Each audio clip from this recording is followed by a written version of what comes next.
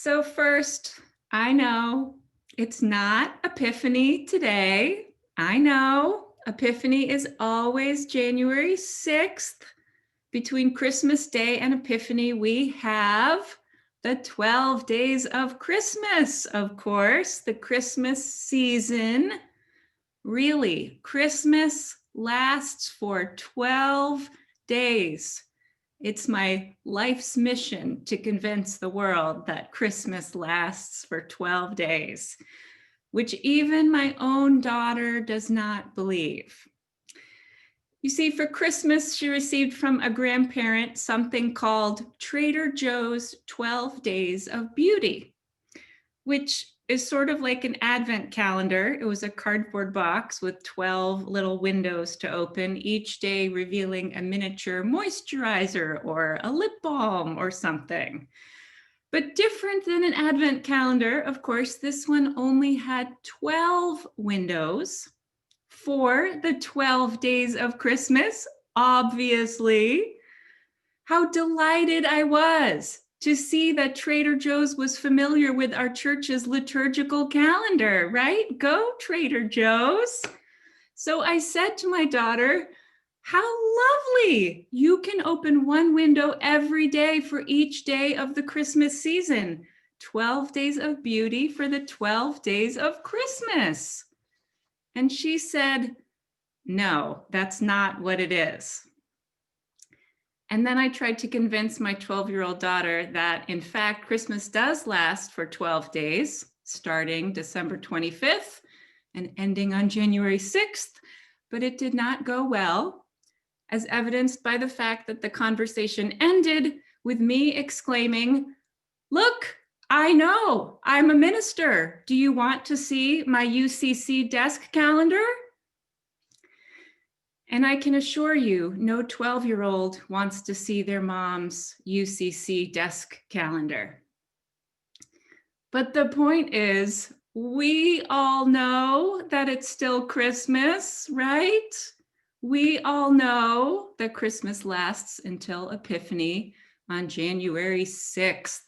But because Epiphany is so great and so wonderful, we are celebrating it today when we are all together. Now, we all know what happens on Epiphany, right? Or Three Kings Day. We hear about it every Christmas Eve. We see it in every Christmas pageant and every nativity. On Epiphany, the three kings arrive. Or more accurately, the Magi arrive, the magicians, the astrologers, those who watch the sky and look for signs. The Magi saw the star at its rising, and they traveled all the way from Iraq, or so it is believed, a journey of hundreds of miles across deserts, over mountains, through unfamiliar, desolate territory. Even today, when you look at a satellite view of the land between Jerusalem and Baghdad, which I had way too much fun doing last night, there is mostly nothing but earth in between the two cities. No roads, no towns, no rivers, nothing. So 2,000 years ago, I have to imagine that the Magi and their entourage spent many weeks traveling through wilderness, encountering absolutely nothing and no one. And they were following a star. Now, have you ever tried following a star? I mean, I know this is not a literal story, but still, following a star doesn't work super well. They don't point to any particular location down below. They don't stop over a certain spot. They're just up there, millions of light years away, shining in the east. So imagine those Magi following the star, following, heading in the same direction day after day after day, with no indication that they were getting any closer, right? Because the star always looked the same. There was no evidence that their journey was almost over. They didn't know how far they'd still need to travel. The star looked the same. It wasn't like us driving towards a mountain. Hey, we're almost there. Look, the mountain's coming into view. No, the star was just in the sky, and they kept heading in that general direction. So I wonder if there were nights that the Magi stayed up late talking around the fire, arguing about whether to continue or to turn back. How much farther was there to go? Were they almost there? Would turning around now be foolish? Or were they not even close, and so heading home now might be wise? Where in the journey were they as they sat in the middle of nowhere? I think that can be one of the hardest things in life, not knowing how close we are, not knowing whether to turn around and go home or to keep going, not knowing if we're almost there or have a lot more ground to cover. And so we don't know what makes sense. About 10 years ago, when I was still married, but my marriage was troubled, I remember feeling the sense of being on a path, but without enough information. It was different than not having a direction. I knew my direction, but how long should I go in that direction? At what point was this no longer just a rough patch to get through and instead something to let go of? Would there be a moment when I'd know that it was time to turn around and go home? Maybe I was following a star, but it wasn't telling me a whole lot. One day during this time, I met a clergy friend for coffee, and I remember we sat huddled over our coffee cups in a crowded cafe. Gosh, can you imagine sitting in a crowded cafe with coffee? Woo, can't wait. So we sat there with our coffees, and I remember telling her about the exasperating moment that I was in. I knew what I wanted, but I didn't know whether to keep going.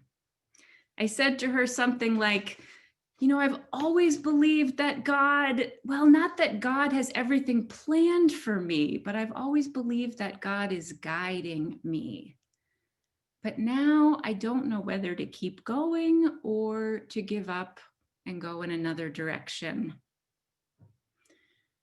How often we find ourselves on a journey with no clear end, with no clear markers, wondering if we are supposed to just be patient and we'll get there, or if we're supposed to head for home. How long do we stay in the relationship? How long do we continue with treatment? How long do we stay at the job? How long do we hope they'll get sober?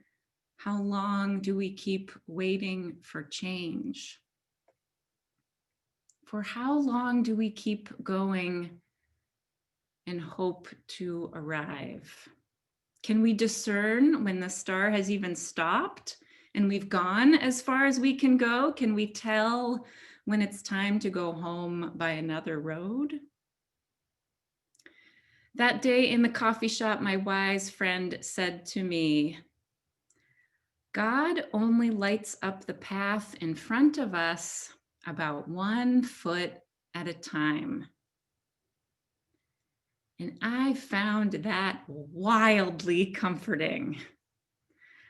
That image helped me to trust that God was leading me, and there was a star in the sky, and there was purpose and direction. I just couldn't see all the way ahead, but I could see the next step. I couldn't see the end of the journey. I couldn't know whether I was close or not, but I could trust that the way before me would keep shining, that God would keep revealing a path, that the destination would become clear, even though it might do so slowly. So perhaps the Magi, as they sat around the fire late at night talking, perhaps they wondered whether to continue. Perhaps they wondered if they would ever reach their destination. Perhaps they wondered if it made sense to go on. So what kept them choosing day after day to stay on that path, not knowing if it might be better to stop and go home?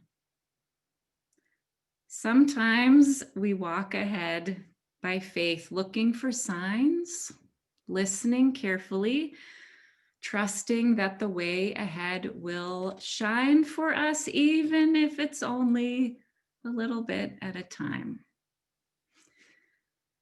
So as the new year begins and we all must both wait and discern our way forward, may we look for the stars above us and trust in God's guidance.